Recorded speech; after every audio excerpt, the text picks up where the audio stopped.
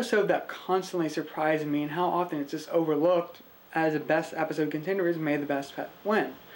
Which really surprised me because it really is the quintessential image of what a good My Little Pony episode should be. And it all begins with that charming opening. Yeah. The episode follows Rainbow Dash trying to weed out the most awesome, amazing pet for the most awesome, amazing, and cool Pegasi. The games, the contests that precede, range from athletic to comedic to a fight through a valley of death dodging carnivorous eels. All while this episode follows a determined little tourist just trying to get Rainbow Dash's attention and affection through constant ridicule by Rainbow Dash herself. That's just sad. That's pretty much all you can do, huh? Want to know the opposite of agility? That. And you really can't help but love Tank and just really cheer for him to go on and be victorious. And not just Tank, all the animal characters introduced are very well characterized.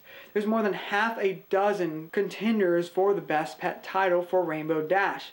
Each one has brilliant characterization, from a brave butterfly, sportsmanship falcon, to a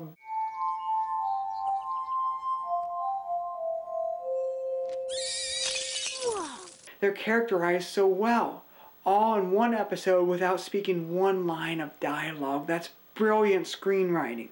And topping all this off is not just one, but two great musical numbers, one being a duet that became one of the most famous songs of the season, and a bona fide Flight of the Valkyrie.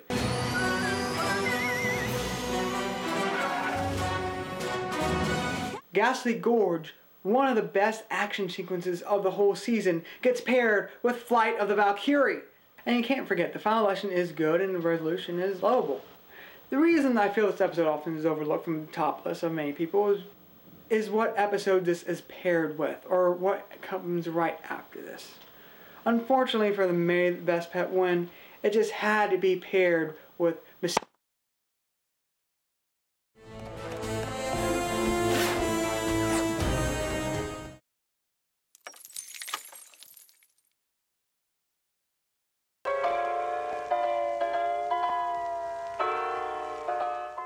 Alright, let's just get this out of the way.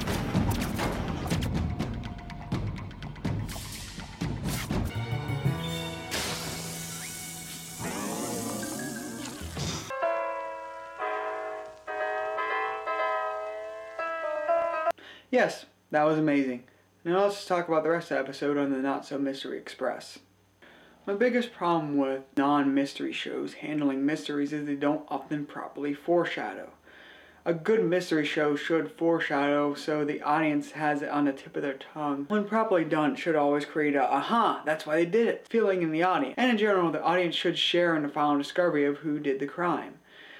This episode's big problems is Twilight Sparkle finds obvious clues but hides them from the audience. And at the end just reveals them and reveals who did it without really any mystery behind it. There's no really good proper foreshadowing beforehand. Besides Rarity's eyelashes, which to its credit was actually pretty funny. What? Is it a crime to change one's style now and again? Why, I think it's a crime not to. Really? Fine, I'm guilty! I wear false eyelashes! Oh, and I took a bite of the cake. So does it mean it's a real big mystery who did it? Not really, but that's because of obvious deduction. It can't be any of the other bakers because of the it's too obvious rule. And it can't be Applejack because this episode would be very short. And it also can't be Twilight or Pinkie Pie as they're the ones solving it. This brings us to another flaw episode in the criminals. Rarity and Rainbow Dash sort of have an impulsive take-it attitude about their characters. That said, it still comes off as wrong that they would do this. They betray Pinkie Pie's trust for cake. Worse yet is Fluttershy. It doesn't make any sense at all, as she doesn't really have impulsive bone in her body outside of animal care. Also on the list of broken characters is Big Macintosh, because apparently cakes are his kryptonite, and also worth mentioning is Pinkie Pie. She comes off very childish episode, and really how can we forget the final scene? My biggest problem with this episode is it really speaks down to its audience more than any other episode this season.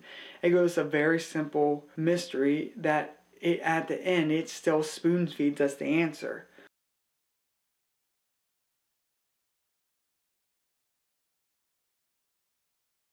Now we just need to find out who done it.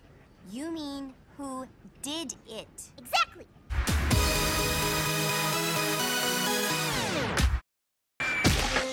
Ha-ha! The fun has been doubled! Before this episode, it always annoyed me when fans would always declare Luna's best pony.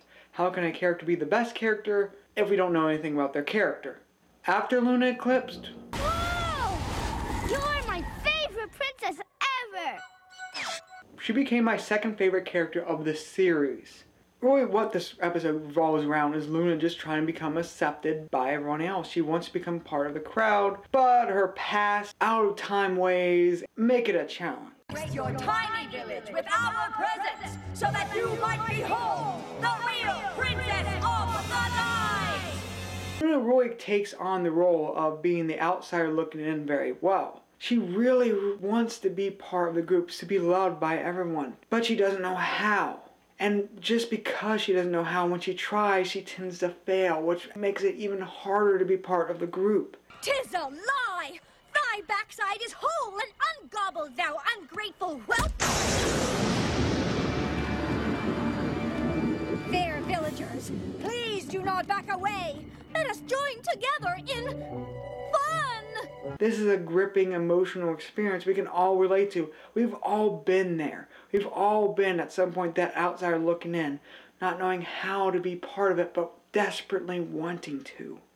And one of the other great things about this episode is Twilight Sparkle. When season 1 began, she knew nothing about friendship or really social interaction. But in Luna Eclipse, she's the teacher. She's teaching Luna, helping Luna be sociable, to make friends. This shows huge character development. Really, it's these plays on our emotion that make Luna Eclipse the most emotional episode of season 2 until the second great emotional episode. Topping all this off is some great use of aesthetics. One of the best points is when Luna is at her lowest point. She is literally and figuratively in the shadow of her former self. Another part of the aesthetics really is Nightmare Night itself. Ponyville takes on a very Nightmare Before Christmas feel, which is all very fitting for this episode's theme, tone, and overall message of scary but fun. You gotta hide us! Nightmare Moon is here and... Ah! She stole Fluttershy's voice so she can't scream when she gobbles her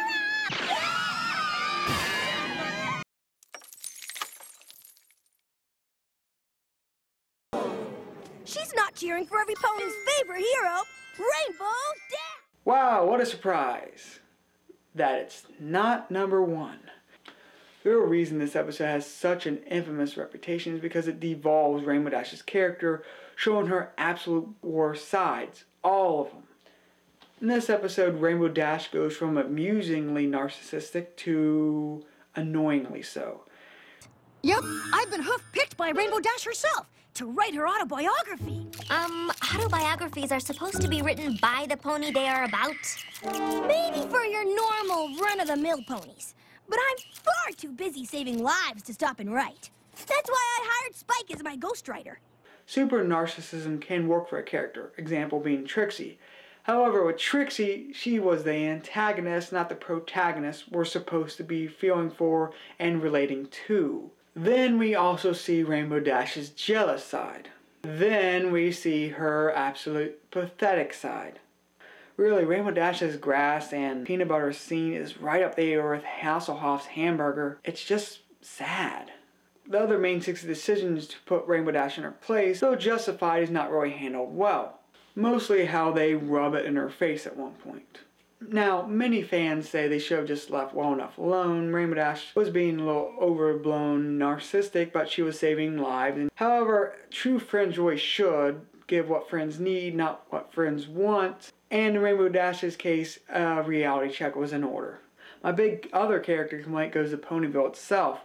How they quickly go from idolizing one pony to another, and this episode's so bad, then why isn't it number 1? Well, because it has very good memorable parts. We get to see a lot more of Ponyville, we get some continuity throwbacks like Pinky Sense, and we get Batman references. They're wrong. But then why am I all alone? hate being all alone. There's also two outside reasons why I feel this episode is so infamous. One being that sort of the hype built up going into it. This is the superhero episode of the season, and the other thing is this horrible episode placement. This is placed right after May the Best Pet Win, which seemingly Rainbow Dash goes from learning a lesson in humility to... My game is officially back on! If only some pony were here to pat me on the back. Guess I'll have to do it myself. Never fear, your friendly neighborhood rainbow! Excuse me? Do you think you can skip your catchphrase?